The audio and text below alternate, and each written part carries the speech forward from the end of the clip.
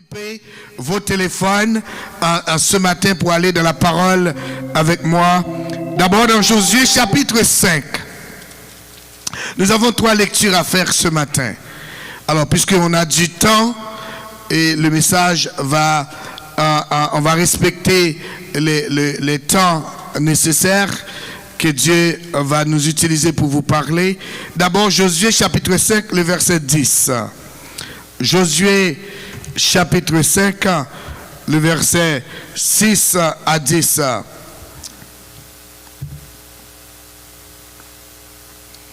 Josué chapitre 5.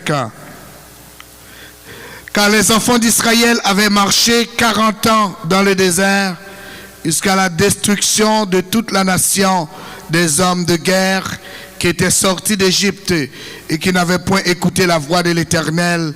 L'Éternel leur jura de ne pas leur faire voir le pays qu'il avait juré à leur père de nous donner, pays où coule le lait et le miel. Ce sont leurs enfants qu'il établit à leur place. Et Josué les circoncis, car ils étaient incirconcis, parce qu'on ne les avait point circoncis pendant la route. Lorsqu'on eut achevé de circoncire toute la nation, ils restèrent à leur place dans le camp jusqu'à leur guérison. L'Éternel dit à Josué: aujourd'hui, j'ai roulé de dessus vous l'opprobre de l'Égypte. Et ce lieu fut appelé du nom de Gilgal jusqu'à ce jour. Les enfants d'Israël campèrent à Gilgal et ils célébrèrent la Pâque le 14e jour du mois, sur le soir, dans les plaines de Jéricho. Ils mangèrent du blé du pays le lendemain de la Pâque, des pains sans levain et jusqu'au grain rôti. Ils n'en mangèrent ce jour-là. Le verset 12. La manne cessa le lendemain de la Pâque, quand ils mangèrent du blé du pays. Les enfants d'Israël n'eurent plus de manne, et ils mangèrent des produits du pays de Canaan cette année-là. Parole du Seigneur. Exode chapitre 16. Exode chapitre 16, le verset 35. Exode chapitre 16, le verset 35. Exode 16, verset 35. Les enfants d'Israël mangèrent la manne pendant 40 ans, jusqu'à leur arrivée dans un pays habité. Ils mangèrent la manne jusqu'à leur arrivée aux frontières du pays de Canaan. 1 Corinthiens chapitre 10, dernier passage. 1 Corinthiens chapitre 10, le verset 11.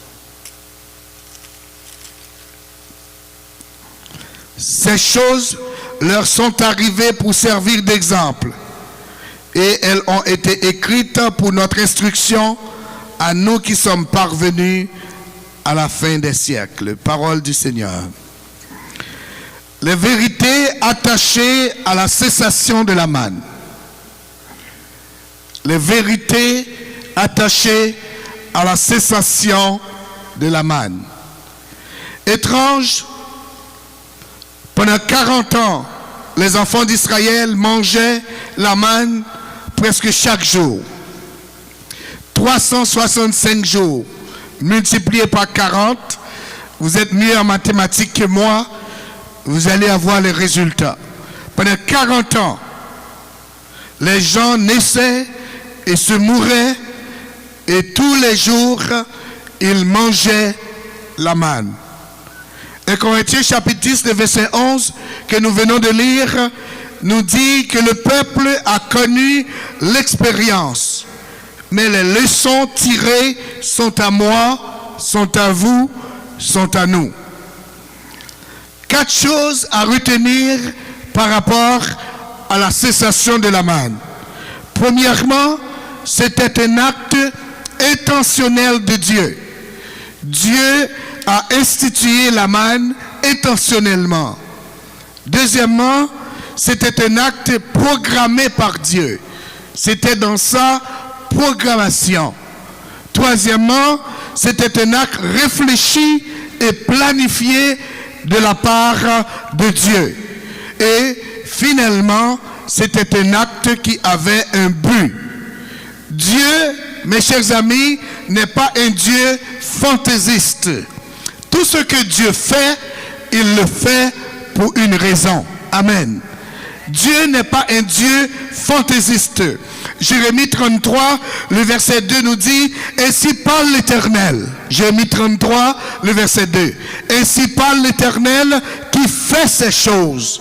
L'Éternel qui les conçoit et les exécute, lui dont le nom est l'Éternel. Ainsi parle l'Éternel qui fait ces choses.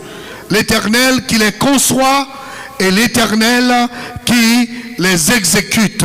Donc, ce qui arrive dans la vie, spécialement dans la vie des enfants de Dieu, c'est Dieu qui les conçoit.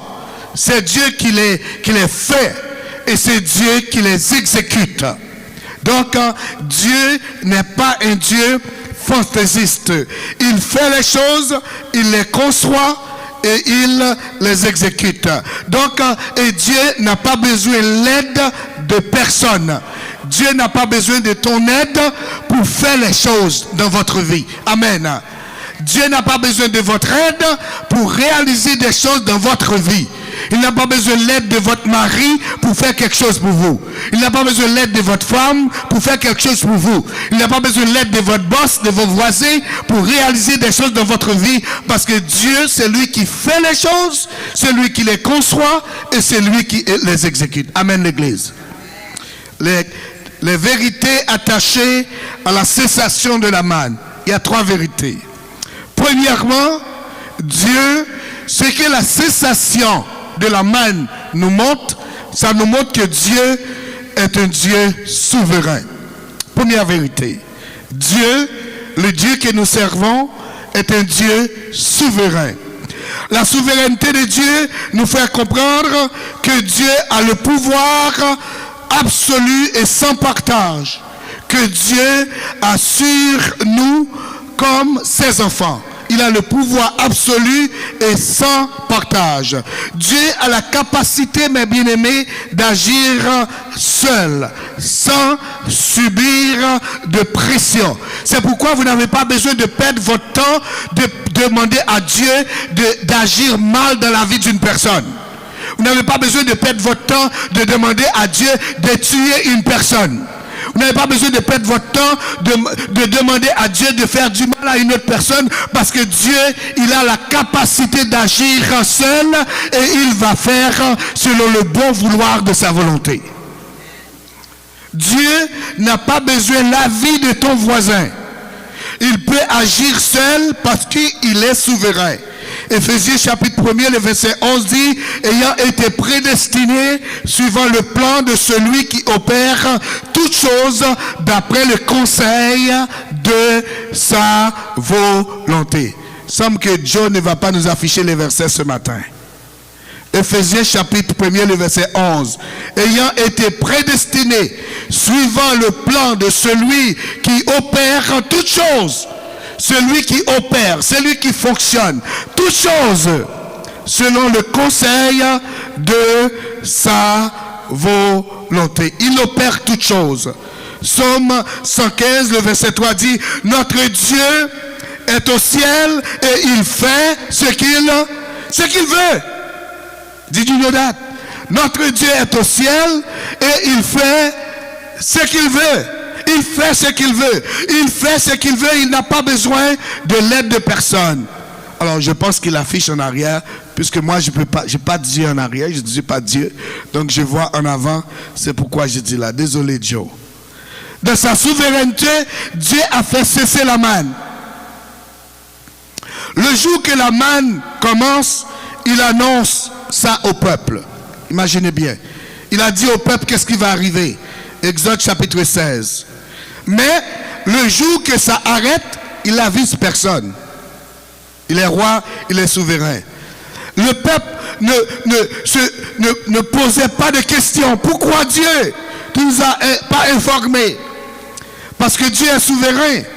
La souveraineté de Dieu, mes bien-aimés, est difficile à comprendre parfois. Difficile à accepter.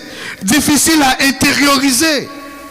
Parfois, Dieu fait des choses dans notre vie qui n'est pas facile à tolérer, facile à accepter. Proverbe chapitre 25, le verset 2 dit, la gloire de Dieu est de cacher les choses. La gloire de Dieu est de cacher les choses. De sa souveraineté, Dieu a permis au diable de toucher la vie de Job. On a vu la série de restauration sur la vie de Job depuis le début de l'année. Actes des Apôtres chapitre 2, 12, le même Dieu qui a permis la décapitulation de Jacques a permis aussi la libération de Pierre. Dieu fait les choses étrangement parfois. De sa souveraineté, Dieu a permis que la tête de Jean-Baptiste soit coupée sous la caprice d'une fille légère. La souveraineté de Dieu se fait voir par la foi dans Hébreux chapitre 11. Parfois, on peut dire, est-ce que Dieu lui, il prend note de nos prières? Ou bien Dieu prend note des prières de notre soeur, de notre frère, et puis nous, il envoie un ange pour nous écouter. Parfois, c'est la question qu'on se pose. Ce qu'il faut retenir, derrière toute chose qui arrive de la vie des enfants de Dieu, se cache toujours notre bien. Parce que le Dieu que nous servons est un Dieu souverain. Toujours. Dieu ne fait rien pour rien de la vie de ses enfants. Quand Dieu ferme une porte ou fait cesser la manne, ne murmure pas. C'est toujours pour notre bien.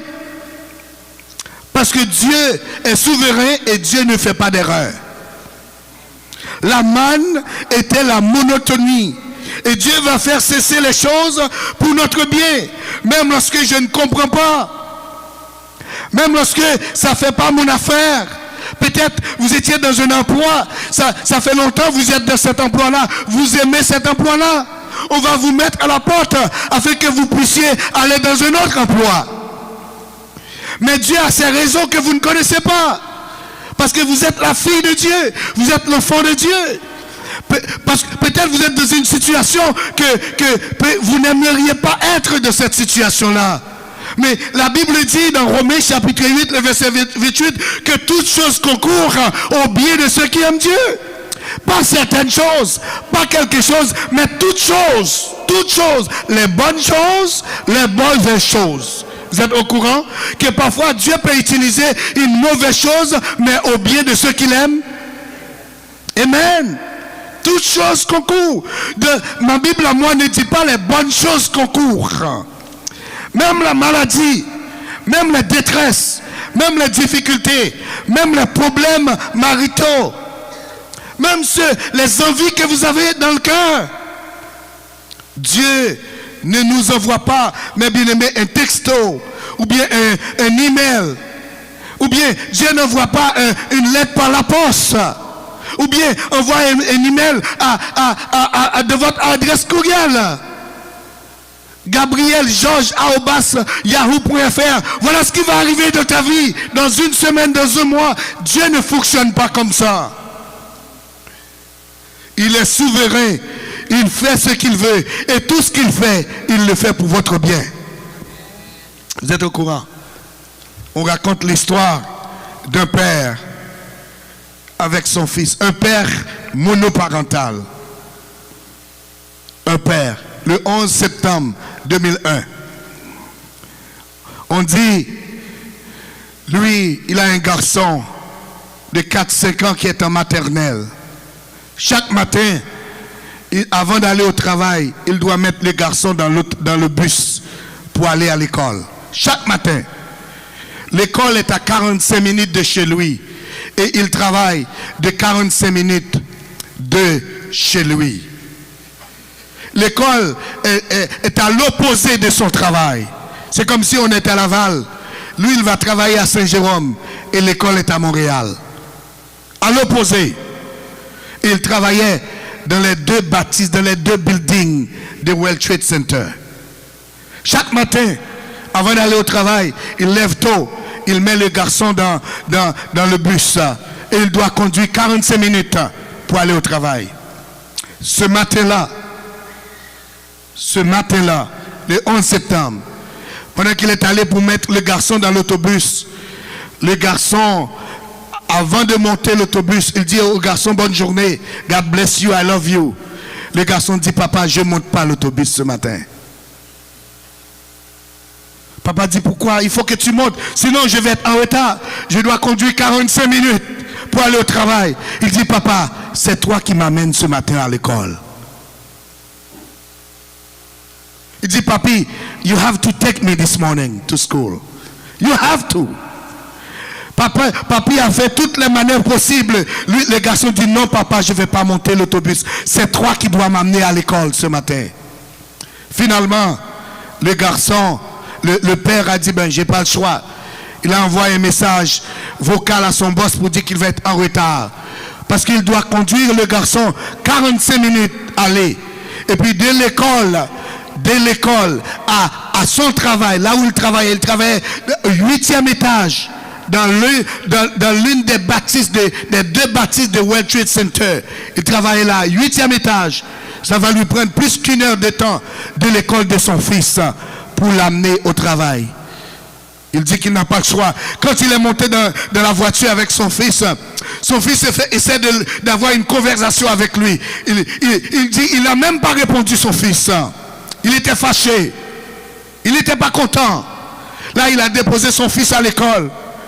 Il prend la route du retour pour aller. Il conduit 1 heure de temps, plus d'1 heure de temps. Pendant qu'il est arrivé à 3 minutes de son travail, il voit l'avion qui traverse les 2 buildings comme ça. L'avion traverse les 2 buildings. Il descend le volant. Il se met à genoux. Il dit, Seigneur, merci de ce que tu as mis ce petit dans ma vie. Merci de ce que tu as mis cet enfant dans ma vie. Mais bien aimé, parfois Dieu fait les choses étrangement. Dieu est souverain, mes bien-aimés. Parfois, il y a des choses qui arrivent dans notre vie, c'est négatif. Mais Dieu ne fonctionne pas avec la négativité. Dieu peut utiliser la négativité pour le transformer en positivité dans notre vie. Merci pour ce petit. Des choses peuvent nous arriver, peuvent nous faire pleurer, peuvent nous pousser à donner et gloire à Dieu après. C'est pourquoi il faut pas tirer des conclusions rapidement quand les choses n'arrivent pas à temps de notre vie. Il ne faut pas tirer des conclusions rapidement. Dieu a son plan et il est souverain dans la vie de ses enfants. Il sait ce qu'il fait et Dieu ne fait pas d'erreur. Le Dieu souverain peut cesser des choses parce qu'il a des choses meilleures pour vous. Il peut cesser un emploi, il peut cesser une relation, il peut cesser une situation de votre vie parce qu'il y a un plan meilleur que ce que vous êtes en train de traverser ce matin. Avant, pour manger, il faut regarder dans le ciel. Maintenant, pour que le peuple puisse manger, il faut que le peuple regarde sur la terre. Non seulement qu'il faut regarder sur la terre, le peuple doit travailler. Le peuple doit labourer, le peuple doit cultiver, le peuple doit transformer pour manger. Dieu a d'autres façons de vous toucher ce matin. Même si vous voyez, il y a une situation qui arrive, il y a une cessation dans votre vie. Mais puisque nous servons le Dieu qui est souverain, Dieu a un plan qui est meilleur dans l'avenir pour vous. Le Dieu souverain peut aller jusqu'au bout avec vous. Jusqu'au bout. Parce qu'il est souverain. Permettez-moi de vous dire ce matin que Dieu n'a pas de temps. He doesn't have no time limit. C'est l'homme est limité, mais Dieu n'est pas limité. L'homme n'est pas capable, mais Dieu est capable. L'homme vous dit ce qu'il sait, mais Dieu fait ce qu'il veut ce matin. Donc, première vérité attachée à la cessation de la manne, Dieu est souverain. Deuxième vérité attachée à la cessation de la manne, rien n'est permanent avec Dieu. Rien n'est permanent avec Dieu. Tout peut changer. Ta maladie n'est pas permanente. Ton problème n'est pas permanent. Votre statut social n'est pas permanent. Votre dossier n'est pas permanent. Votre condition n'est pas permanente. Le Dieu du ciel peut cesser la situation. Il peut changer votre dossier. Tout est de passage. C'est pourquoi ma Bible a dit, profitez le temps, car les jours sont mauvais. Tout est de passage. La beauté n'est pas permanente. La vigueur n'est pas permanente. la force n'est pas permanente. Tout change. Si vous êtes jeune, vous êtes belle, vous êtes beau, profitez-en. Parce qu'un jour, la beauté disparaîtra. Un jour, la vigueur cessera. Mais vous savez, avec Dieu, il y a toujours une autre possibilité. Amen. Ecclésiaste chapitre 3, que vous connaissez très bien, le verset 1er dit, il y a un temps pour tout. Un temps pour toutes choses sous les cieux. Rien n'est permanent. Le travail que vous avez n'est pas permanent. Le mari que vous avez n'est pas permanent. La situation, la maison dans laquelle vous vivez n'est pas permanente. Le mari, la femme, les enfants, les parents que vous avez. C'est pourquoi il faut profiter pleinement de tout ce que vous avez selon la grâce de Dieu. Peut-être il y a des gens qui disent, pasteur, est-ce que tu es pessimiste? Est-ce que je vais perdre mon mari? Est-ce que je vais perdre ma femme? Est-ce que je vais perdre mes parents? Non, c'est pas ce que je veux dire. Don't get me wrong. C'est pas ce que je veux dire. Tout ce que je vais vous dire ce matin, ce que vous voyez, ce que vous vivez n'est pas permanent. Je ne suis pas pessimiste, je suis très optimiste. Les bonnes choses ne sont pas permanentes. 1 Samuel chapitre 17, le verset 41, 42 nous dit que David était beau. 1 Samuel chapitre 17, le verset 41, 42 nous dit, quand il faisait face avec Goliath, ma Bible à moi dit que David était beau. Très beau de figure. Tandis que dans 1 roi chapitre 1er, le verset 1er, David dit, le roi David était vieux, avancé en âge. 1 roi chapitre 1er, le verset 1er, le roi David, celui qui était beau, belle de figure, il est devenu vieux et avancé en âge. Tout est de passage sur cette terre. La manne que tu jouis aujourd'hui, le job que tu jouis, la situation, l'appartement, les possibilités que vous avez, c'est de passage. Mais, je dois vous dire, si les bonnes choses ne sont pas permanentes, les mauvaises choses ne sont pas non plus permanentes. Amen. Les pleurs, ma Bible à moi dit, les pleurs cesseront, les douleurs disparaîtront. Isaïe chapitre 9, le verset 1er dit, tes ténèbres ne régneront pas toujours. Si vous vivez une situation difficile, j'aimerais vous dire que ça passera avec la gloire de l'Éternel. Amen. Tes pleurs cesseront un jour. Ça qui peut le passer. Ta condition actuelle, quelle que soit sa dureté, n'est pas permanente. Aujourd'hui, Dieu m'a dit de dire à quelqu'un que tes pleurs cesseront un jour. Ça finira un jour. Ta saison changera. Tes pleurs disparaîtront avec le Dieu souverain. Et ce n'est pas permanent. Oui, la manne a cessé. Oui, c'était une bonne chose. Mais aussi, la Bible dit que les douleurs cesseront. Quand on lit dans Ésaïe chapitre 9, le verset 1er dit, les ténèbres est là, mais après c'est la lumière. Un jour, peut-être aujourd'hui, vous marchez dans la ténèbre. Vous marchez dans la situation difficile. Mais un jour viendra où tu vas marcher dans la lumière. Le peuple qui marchait dans la ténèbre et voit une grande lumière. Peut-être que les gens qui sont là pas clair, qui pas comme ça, ils peuvent le faire. Peut-être que les gens qui ont maladie, les gens qui ont problème, il n'y a pas qu'à dire personne. Mais qui aiment nous matin, l'Éternel, il peut changer les situations. Le rien de permanent matin, douleur qui est encore là, le pas permanent, problème ou qui est le pas permanent, situation à vivre là, le pas permanent, l'Éternel qui a changé la situation. Ta saison changera. Tes pleurs disparaîtront avec le Dieu souverain. Il ne faut pas rester trop figé sur le passé, mes bien-aimés. Il faut regarder l'autre côté. Quand on regarde trop le passé, vous savez qu'est-ce qui arrive? Quand on est concentré trop sur le passé, on est devenu aveugle par rapport à son avenir. Tout ce qu'on jouissait, on avait, on possédait, et on est devenu aveugle de son d'avenir. On me racontait l'histoire d'une jeune fille qui était fiancée avec un gars. Elle était fiancée 11 mois avant le mariage. Le garçon a dit, on va laisser tomber. On laisse tomber. Je ne vais plus être avec toi. Je t'aime plus. La fille, c'était le chaos pour elle. Elle a appelé son pasteur. Elle a dit à son pasteur, je ne sais pas qu'est-ce que je vais faire, je vais mourir. C'était ma vie, tout le monde se préparait. Le pasteur a dit à la fille, écoute, tu vivais, tu vas vivre encore. Parce que ça se peut que l'Éternel a enlevé cette personne dans ta vie pour une raison. Pour toi, c'est tout ce que tu vois.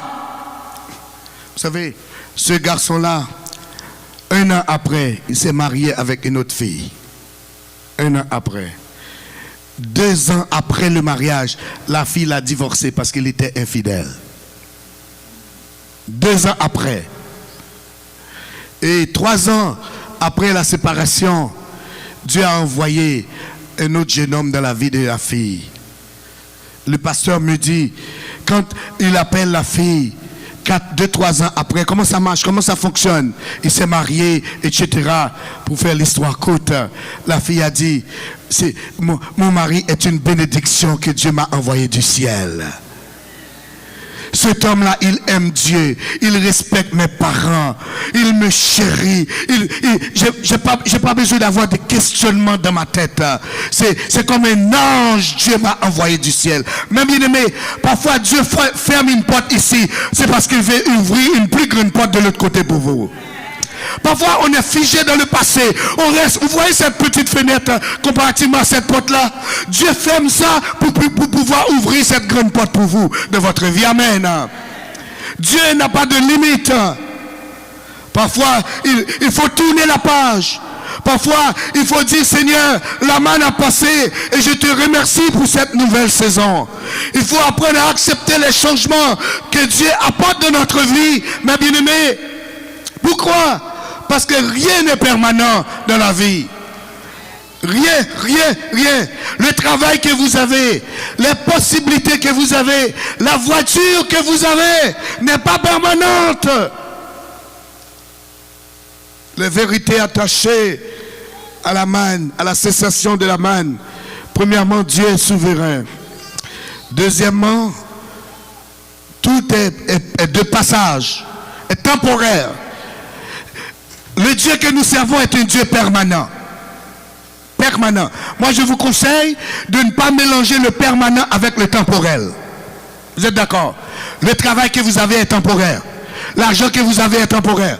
La santé que vous avez est temporaire. Les possibilités que vous avez est temporaire. Mais Dieu est permanent. Donc, si nous étions intelligents, alors, si nous sommes intelligents, on va axer plus sur le permanent que le temporel. Vous êtes d'accord avec moi?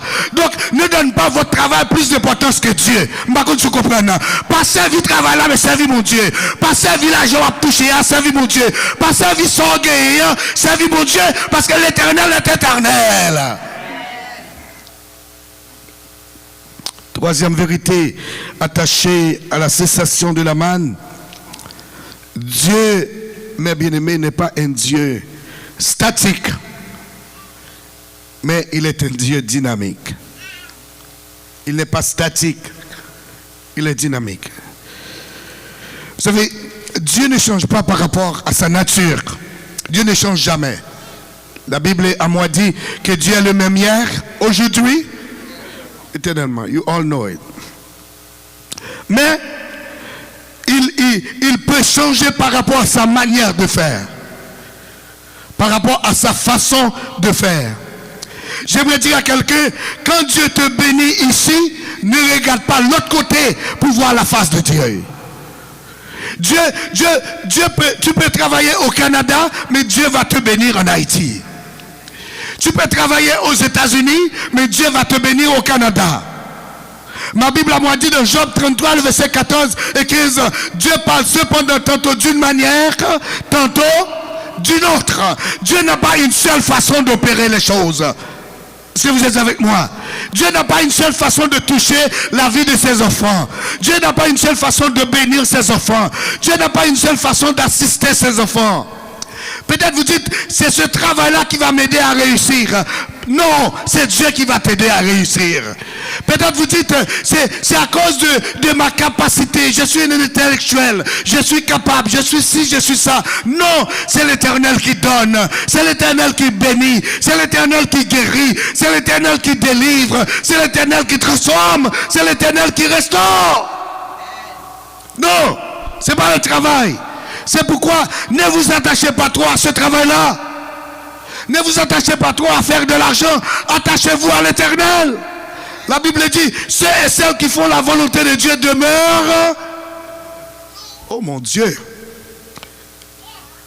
Il n'y a personne qui peut m'aider à prêcher. Ceux et celles qui font la volonté de Dieu demeurent éternellement. Éternellement. Éternellement. Dieu, il parle cependant tantôt d'une manière, tantôt d'une autre manière. Le Dieu du ciel est un Dieu dynamique. Dieu n'a pas une façon. Pour Israël, c'était la manne. Vous vous rappelez? Je n'ai pas fait ressortir ça dans mon message. Finalement, j'ai dit le message allait être trop long. Comment Israël se murmurait de la manne? Vous vous rappelez de ça? Comment il murmurait? Il dit chaque jour, n'a mangé manne. C'est chaque jour, n'a mangé pain. Chaque jour, n'a mangé caille, n'a mangé manne. Et là, la manne est arrêtée. Et vous voyez ce travail que vous avez dit, le Seigneur merci pour ce travail-là, parce que ça va arrêter un jour. Vous savez ce que vous avez, ces parents que vous avez. Les parents que vous avez, chers jeunes, qui courent après vous, qui vous supportent, qui vous encouragent. Vous dites qu'ils sont toujours après vous. Bénissez le nom de Dieu pour vos parents. Parce que ça viendra un jour, vous allez vous dire à vous-même, mais comment eux ils faisaient? Comment, avec tout ce que j'ai comme technologie, tout ce que j'ai comme ci, comme ça, c'est compliqué pour moi. Pour mes parents, pour mon père, pour ma mère, comment lui il avait fait? Et ça va être trop tard pour vous d'apprécier comment ces gens-là ont investi dans votre vie. Dieu a plusieurs façons et non une seule. Dieu a plusieurs routes qu'il peut prendre. Et mes bien-aimés, ma Bible à moi est claire là-dessus. Dieu n'a pas une façon, une route, ou bien la Bible dit à l'Éternel la terre et ce qu'elle renferme, le monde et ce qui l'habite. Dieu n'a pas, mes bien-aimés, besoin de vous. Il a plusieurs routes. Dieu n'a pas de limite. Il fallait ramasser et maintenant, il faut travailler, cultiver, préparer, transformer. La Bible dit dans Hébreux chapitre 1, le verset 1er et 2, après avoir autrefois, à plusieurs reprises, et de plusieurs manières parlé à nos pères par les prophètes, Dieu dans les derniers jours nous a parlé par le Fils. Dans le passé, c'est pour vous montrer que ce texte, que Dieu n'est pas statique, il est dynamique. Dans le passé, Dieu parlait à ses enfants par les prophètes. À nos pères par les prophètes. Mais la Bible dit aujourd'hui, Dieu a changé de méthode. Il a changé de stratégie. Là, il parle par le Fils.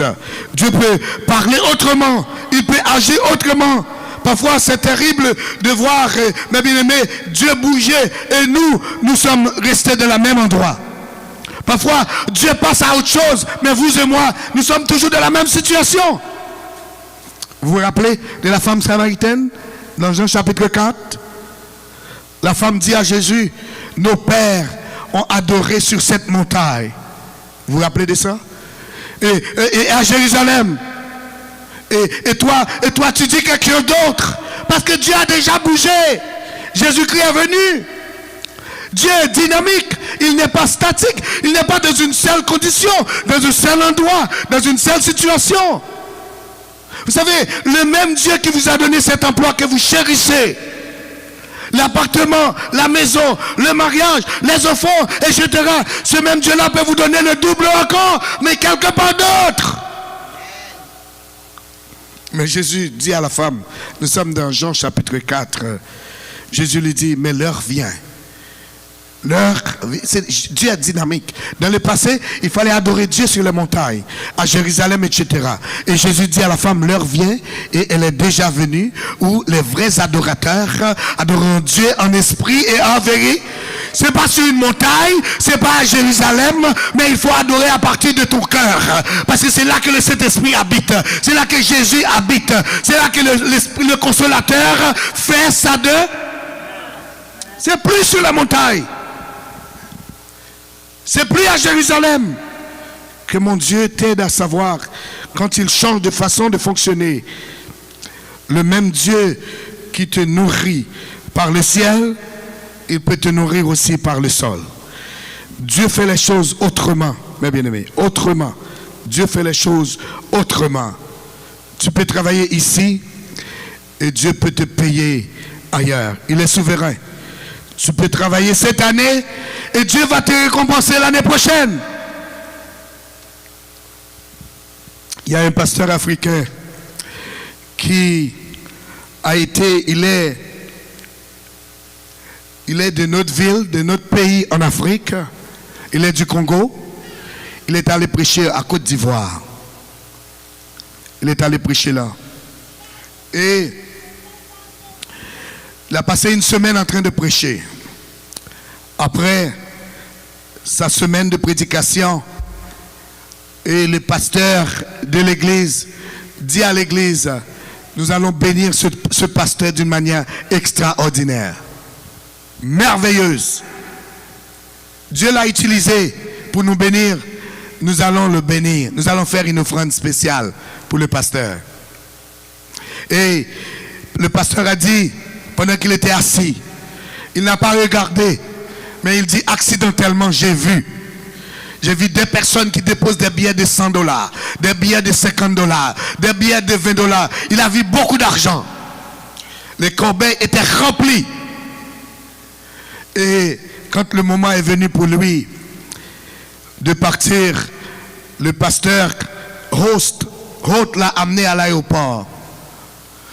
Et il a donné une enveloppe, une petite enveloppe. Une petite enveloppe. Dans sa tête à lui, il dit peut-être, il y a un chèque dans l'enveloppe. Un chèque peut-être de 3-4 000 $. Quand il dit, il prend son temps. Il dit, il n'a pas été prêché pour l'argent. Mais il a entendu le pasteur dire qu'à l'église que nous allons bénir ce pasteur monétairement. Il n'a pas été pour l'argent, mais il dit, j'ai vu, les gens sont déplacés. Et quand il est assis dans son siège, après toutes les turbulences et tout ça, là il a décidé de vérifier son enveloppe.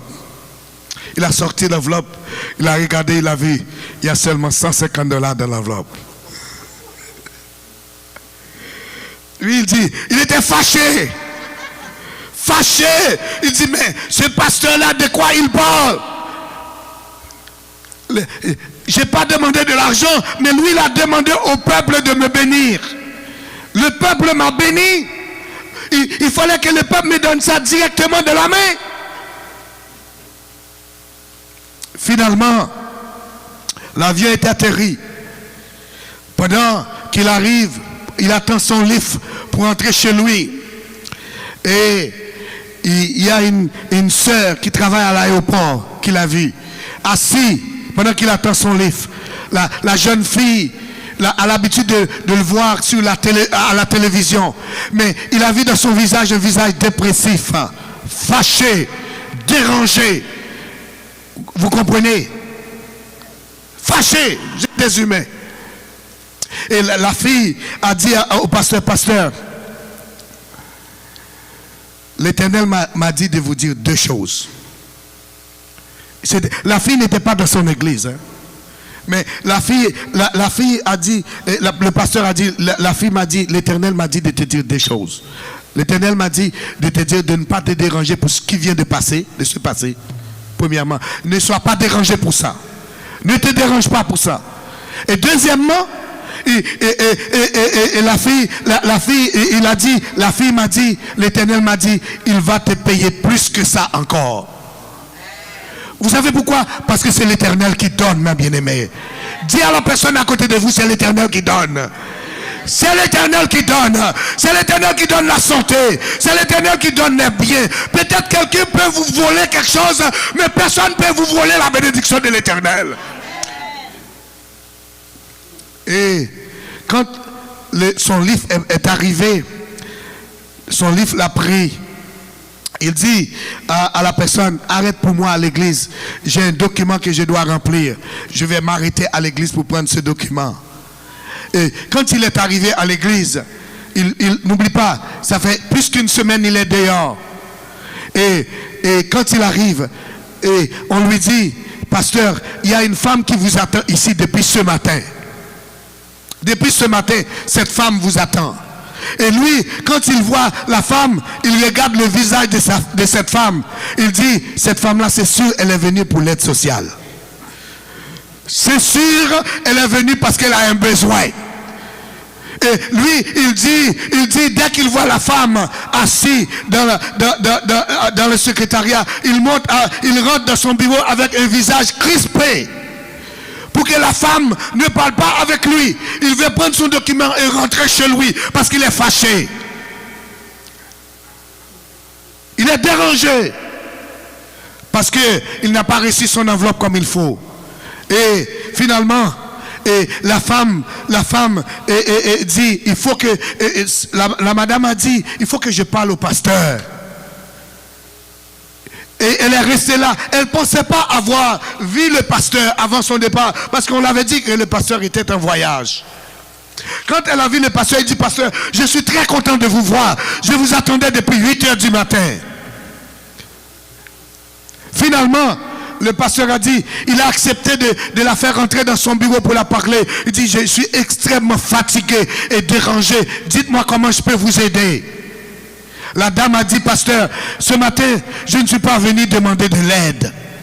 C'est comme si elle savait ce qui se passait dans la tête du pasteur. Mais c'est Dieu qui dirigeait cette femme-là. L'Esprit de Dieu était en elle. Elle dit au pasteur, pasteur, je ne suis pas venu demander de l'aide. Mais Dieu m'a béni d'une manière. Mon fils qui travaillait dans la corporation a vendu des terres. Il a vendu beaucoup de terres. J'ai déjà donné mes dîmes là-dedans, de ce que mon fils m'a donné, parce qu'il a beaucoup d'argent. Mais l'Esprit de Dieu a mis dans mon cœur de faire une action de grâce auprès de vous ce matin. Donc je vous apporte 30 000 $. 30 000 $. Si vous voyez là, c'est pourquoi, mes bien-aimés, il ne faut pas juger les gens sur l'apparence. Il ne faut pas regarder quelqu'un sur son visage pour dire cette personne-là est ci et ça. Si vous êtes un enfant de Dieu, si vous êtes une femme de Dieu, un homme de Dieu, quand vous voyez une personne, voyez l'investissement de Dieu dans la vie de cette personne-là. Dieu a investi dans la vie d'une personne. Mais bien aimé, la cessation de la main nous enseigne 3 choses. Premièrement, Dieu est souverain. Deuxièmement, Dieu, rien n'est permanent sur cette terre. Et troisièmement, Dieu est un Dieu dynamique. Dieu n'est pas statique. Laissez Dieu utiliser ses méthodes à lui, non pas les vôtres. Ne souffrez pas les syndromes de Naaman. C'est-à-dire avoir un plan de guérison particulier. Vous savez Naaman, si vous connaissez l'histoire, Naaman, il dit, il va voir le prophète. Et le prophète va sortir pour venir me parler, me guérir. Et quand le prophète a entendu ça, le prophète n'a même pas laissé son lit. Le prophète n'a même pas envoyé son serviteur. Il a envoyé un petit messager. Va dire à Naaman, va se faire plonger dans la rivière. Les méthodes de Dieu sont dynamiques. Dieu agit autrement, différemment. Non pas selon vous pensez, mais selon son bon pouvoir. La bénédiction de Dieu, mes bien-aimés, que Dieu veut te donner ce matin. Dieu m'a dit de dire à la communauté de Beraka que vous rentrez dans une nouvelle saison, une nouvelle année. Votre dossier, votre situation, votre problème, ce que vous êtes en train de vivre va cesser, va terminer. Le Dieu souverain agira en votre faveur cette année. Amen. le Dieu souverain agira en votre faveur cette année. Cette année, c'est une année de grâce, une année de bénédiction. Ne pensez pas aux méthodes, ne pensez pas aux stratégies humaines, mais Dieu a ses propres méthodes et Dieu, tout ce qu'il fait, lui réussit. La Bible dit, tout ce qu'on fait nous réussit parce que c'est l'Éternel qui conduit nos pas. Amen. Je sais que 2025 va être une année de bénédiction pour vous, de voir la main du Dieu souverain, la guérison du Dieu souverain, la transformation du Dieu souverain. Et là, on ne va pas vivre selon ce qu'on voit, mais on va vivre selon la foi. Qu'il soit ainsi pour vous ce matin.